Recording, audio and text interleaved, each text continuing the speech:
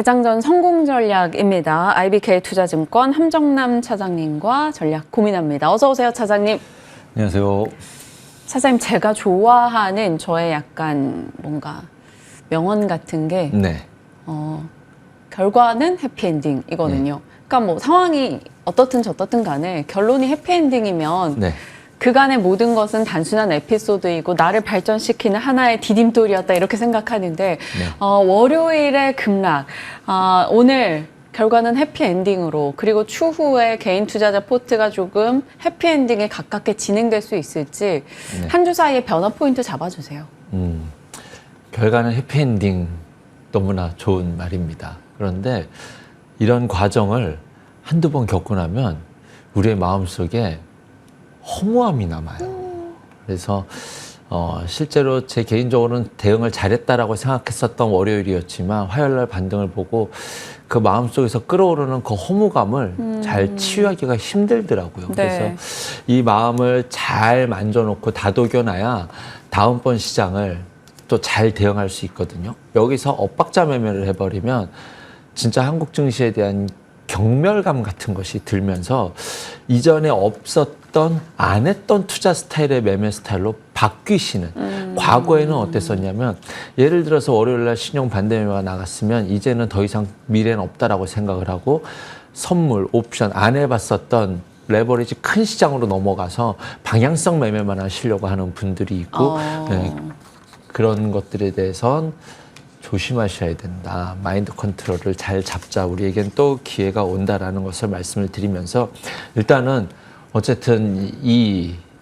지속했었던 월요일의 악몽을 수습해 나가려고 하는 우리 증시에 대해서 좀 들여다보도록 하겠습니다. 어제 미국 증시 좋았죠? 네. 예, 1시까지 보고 잤는데 겁나잖아요. 요즘은 좋은 거 보고 자면 아침에 눈 떴을 때 짜증나니까. 그래도 잠은 자자. 아침에 아휴 이렇게 한숨 내쉬면서 다행이다라는 생각을 가졌습니다. 어쨌든 뭐 실업수당 청구 건수가 예상치보다 낮게 나왔다는 것을 필두로 뭐 여러 가지 이슈들이 있었는데 기본적으로 침체에 대한 해석은 과잉 해석이었다라는 것이 시장에 좀 온기를 불어넣을 수 있는 이슈이지 않았나라는 생각이 들고 두 번째는 여전히 빅테크들의 단기 낙폭은 상당히 커 보인다라는 점. 이 이제 두 가지가 심리 효과까지 반영이 되지 않았을까라는 생각이 듭니다. 큰 틀의 방향에 앞서서 경기 침체가 오는 거야 안 오는 거야? 라는 고민이 먼저 들 것 같아요. 네. 미국이 금리를 높였었던 이유는 인플레이션 때문이었죠.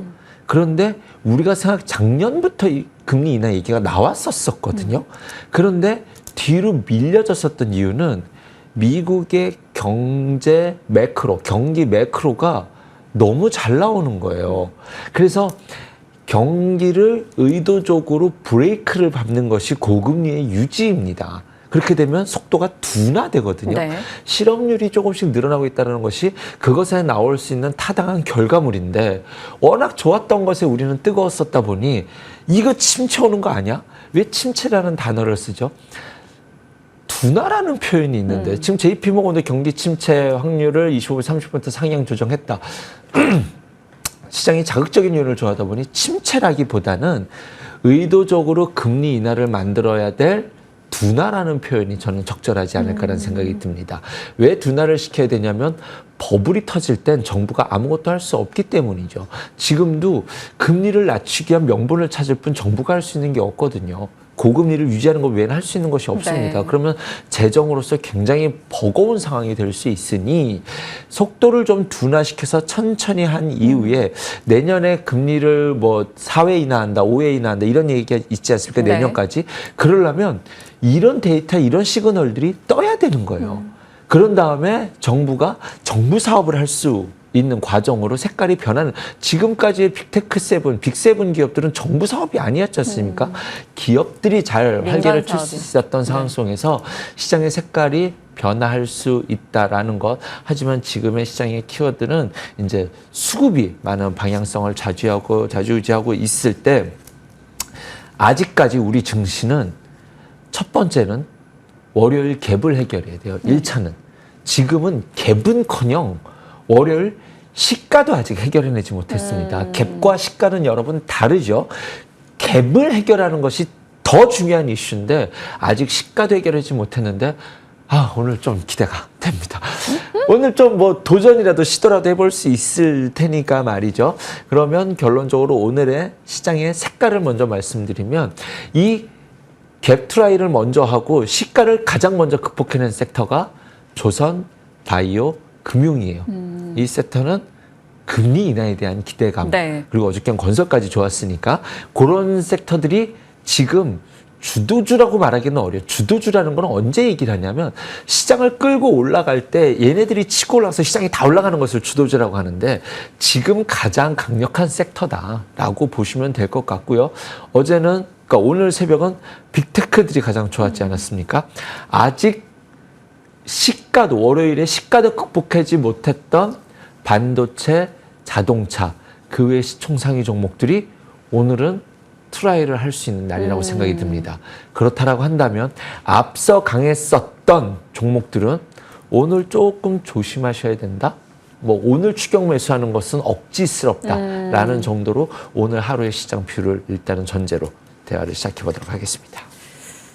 말씀 주신 내용을 들으면서 뭔가 좀 차분해지는 느낌을 받습니다. 아까 지나치게 뉴욕장 시세에 좀 들뜨기보다는 말씀 주신 그 월요일의 하락에 대한 갭 메우기가 가능해지는가를 오늘 관전으로 볼게요. 네. 그냥 조금만 제가 좀 추가해도 될까요?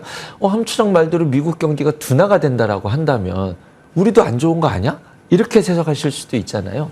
그 부분에 대해서 제가 지난주에 마지막에 달러의 권위와 자비에 대해서 말씀드리지 않았습니까? 네. 달러의 패권을 지키는 것이 굉장히 미국으로서는 핵심적인 이유입니다. 그때도 말씀드렸듯이 아이폰 하나 만들어서 파는 것보단 100달러짜리 하나를 찍어내는 것이 훨씬 더 미국으로서는 유리하기 때문이죠. 그러려고 하려면 그렇게 되기 위해선 달러가 거래화폐, 통용화폐가 되기 위해선 미국이 조금 컨트롤할 수 있는 정도의 속도가 둔화되고 그 외에 다른 국가들이 경기가 좋아야 돼요. 그래서 그런 말이 있지 않습니까? 미국은 자기를 쫓아올 수 있는 자를 만든 다음에 자기의 아성을 건드릴 수 있을 때 두드러 패서 잘라버린다. 일본이 그랬고 중국이 그랬고 이제는 누군가를 또 데려가야 되는 상황 속에서 한국도 조심스럽게 기대해 볼 수 있지 않을까라는 생각도 들지만 거기까지는 과잉 해석이다 하더라도 이제는 달러의 자비가 베풀어지는 환경 속에서 글로벌 국가들과 신흥국 국가들 속에서 앞으로는 좀 기대일지 전망일지는 모르겠지만 심심치 않게 미국 지수는 그냥 그런데 우리 주식은 생각보다 좋은데 이러한 현상들을 목격하게 될 수도 있지 않을까 조심스럽게 생각해 봅니다. 그런 디커플링이라면 언제든지 좀 환영입니다. 네. 앞서 제가 이제 헛소리 겸 농담을 하나 하려고 준비했던 게 갭 메우기. 그래서 뉴욕장의 갭의 주가를 열어봤더니 5% 올랐더라고요. 그래서 우리도 지수 한 5% 올라주면 그 갭을 메우지 않을까라는 헛소리를 하려다 차장님에게 헛소리 아니죠? 네. 굉장히 뺏기... 중요한 포인트입니다. 정말요? 네, 미국 의류주 갭이랑 국내 갭. 네. 네, 죄송합니다. 제가 두 번 두드려 맞는 느낌이 듭니다. 네. 시장의 지수가 오르니까 이런 농담도 생각해 볼 수 있는 거고요. 네. 민망하네요. 네. 자, 다음은 이제 반도체와 바이오 쪽으로 이제 섹터별 심리전을 볼게요. 아까 제 브리핑의 마지막 단에 확연하게 시장 대비 바이오가 압도적으로 괜찮은 장이 전개가 됐는데 만약에 말씀 주신 대로 반도체가 일어선다면 우리가 그런 얘기 하잖아요. 왕의 기한. 이쪽으로 수급을 많이 빼앗길 수 있다라는 것을 염두에 두면 단기적으로 그런 시소도 고민하면서 대응해야 될까요? 그렇습니다. 제가 앞서서 말씀드렸죠. 바이오를 계속적으로 지금의 가장 강력한 섹터, 주도주까지는 아니지만 대장 섹터라고 보고 있는데 바이오가 언제 꺾일 것 같아요? 라고 물어볼 때 저의 대답은 이겁니다. 반도체가 치고 나올 때라고 말씀을 드리겠고 기본적으로 오늘 반도체가 만약에 급등을 하고 바이오가 빠진다라고 해서 바이오는 끝났다. 이렇게 볼 수는 없습니다. 미국의 대통령이 누가 되든지 간에 바이오 섹터는 좀 거기와 좀 무관한 섹터일 수 있을 뿐만 아니라 금리 인하라는 키워드를 냈었을 때 확실히 업황이 개선될 수밖에 없는, 그리고 비만 치료제라든가 이러한 키워드들이 시장에 새로운 밸류를 던질 수 있는 키워드가 된다라는 것. 그다음에 반도체, 2차 전지, 바이오 3대 축의 테마 순환매라는 것이 올해 1분기 때 제가 꽤 많이 말씀을 드렸었는데, 2차 전지가 대장이었다가 반도체로 이 바통을 넘겨준다. 지금 그 바통을 세 번째 주자 바이오가 받고 있거든요. 네. 그런데 마지막 주자가, 육상에서도 마지막 주자가 제일 빠른 주자잖아요. 오. 이건 좀 과잉 해석이 있습니다. 근데 마지막 주자가 좀 버블의 성격을 갖고 있기 때문에, 과거에는 마지막 주자가 뭐였냐면 증권주였어요. 과거에 10년 전에 오랫동안 투자하신 분들은 아실 거예요. 지수가 다 오를 동안 증권주가 찌끔찌끔 올라가다가 마지막 꼭지에서 증권주가 막 5배 나고 10배 나고 그러거든요. 그래서 그 돈을 번 자금들이 쏠리는 현상이 나올 수도 있기 때문에, 바이오는 뭐 이것은 과잉 해석이다 하더라도 지금은 바이오는 일단은 대장센터인데 오늘은 쉬어갈 수 있다라고 좀 보셔야 될 것 같고요. 반도체에 대해서는 너무 많이 빠져 있는 것은 사실입니다. 그 반도체 인공지능 캐즘에 대해서 말씀을 드릴 때, 네. 아직 시작도 안 했는데 뭔 캐즘이야라는 것과 결국 지금 수익성이 안 된다라고 해서 빅테크 투자를 멈출 수 있느냐는 다른 문제다. 카카오가 오랫동안 수익 구조를 못 가져가지만 플랫폼을 갖기 위해서 투자를 하지 않았습니까? 이런 과정 속에서 반도체 자체를 꺾을 수 있을까? 그리고 우리는 아직 기다려볼 수 있는 키워드가 있습니다. 가장 핵심 변수는 다음 주에 있을 엔비디아의 실적 발표 이후에 실적이 좋고 나쁘고가 아니라 실적 이후에 주가가 어떻게 움직이는지가 첫 번째인데, 그거를 감안한다 하더라도 지금 주가는 악재들이 많이 선반영됐다라는 것이 이제 어제 주가 흐름이었다라고 생각이 들고, 네. 여기에 한국에는 삼성전자 메모리는 어쨌든 턴하고 있고 거기에 삼성전자가 앞으로 시장에 뉴스를 던져들 키워드들이 있다라는 것까지 포함해 본다라고 한다면, 오늘은 반도체에 손을 들어줄 수 있는 날이다라고 말씀을 드리도록 하겠습니다.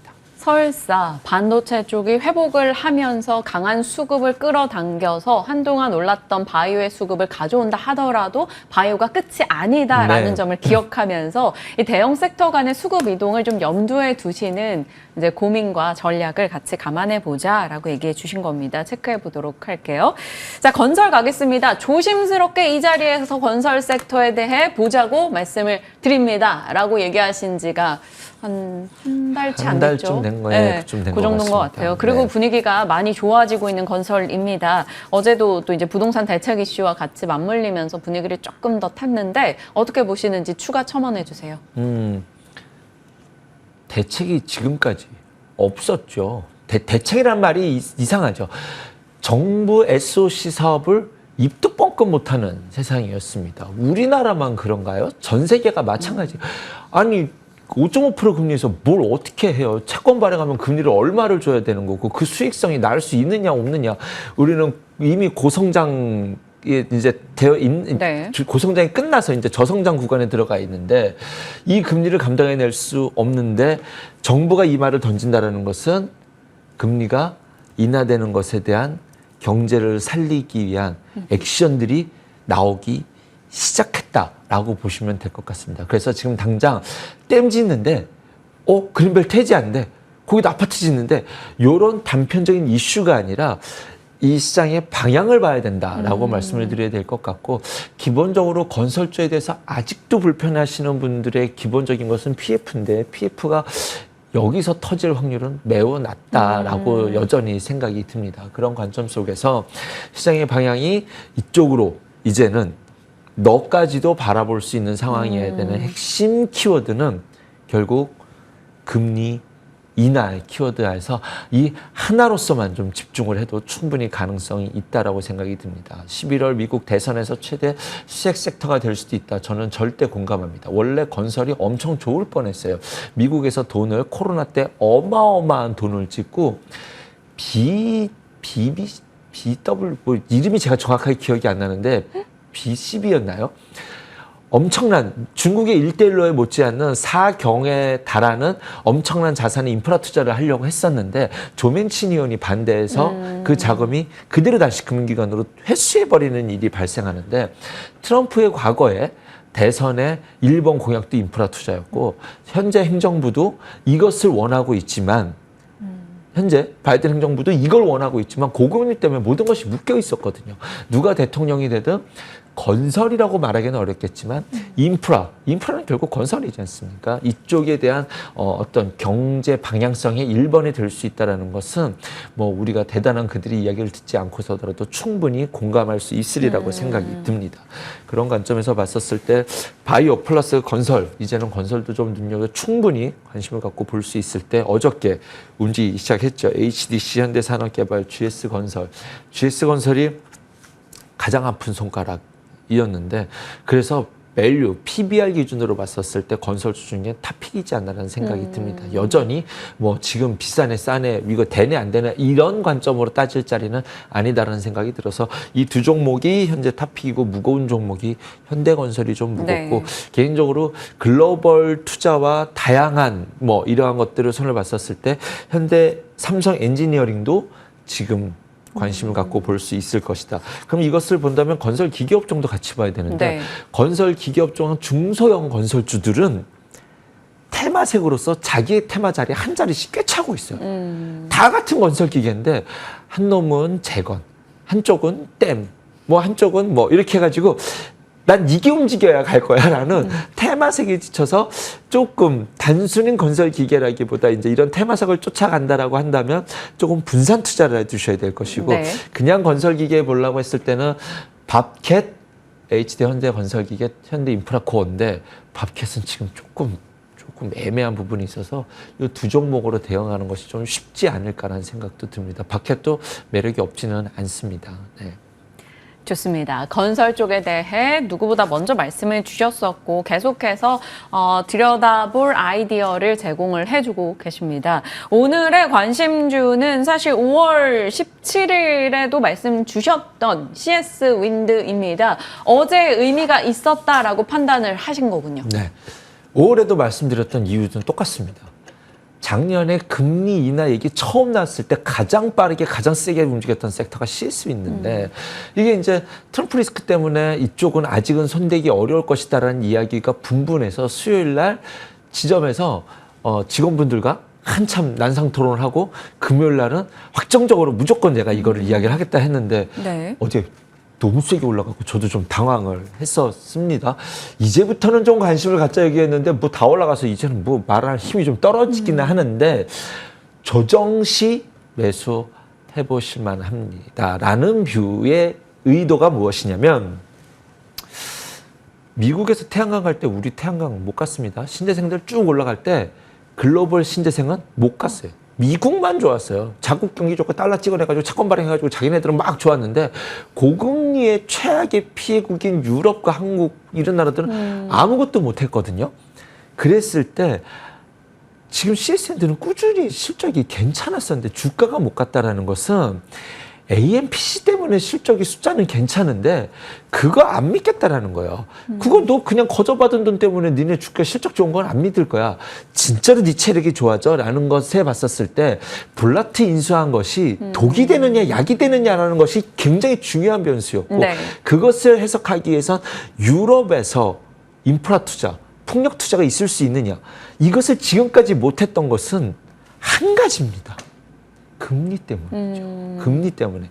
아직까지 이 말씀을 드리지 않겠지만 아마도 내년 말쯤 되면 제가 한번 이야기를 꺼내게 될지 모르는 이유가 유럽의 경기인데요. 지금은 꺼낼 이야기가 아니지만 다음번 리스크는 거기서 올지도 모른다는 생각을 갖고 있기 때문에 내년 말쯤에 어쩌면 꺼내게 될지도 모르는 이야기지만 그만큼 절박한 상황 속에서 금리가 인하되는 사이클에서 우리나라도 지금 땜짓고 그는배를 태지하는 것처럼 유럽은 급해요. 급합니다.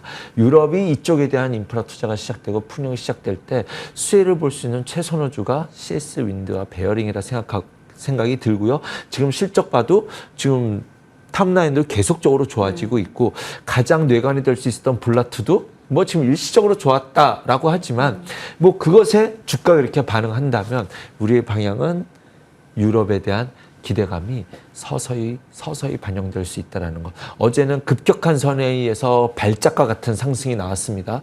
다시 매수 기회 줍니다. 이 경기 순환주, 저금리 수혜주들은 자기 사이클에 따라서 이렇게 좀 충분히 박자를 맞춰가는 모양새가 있어요.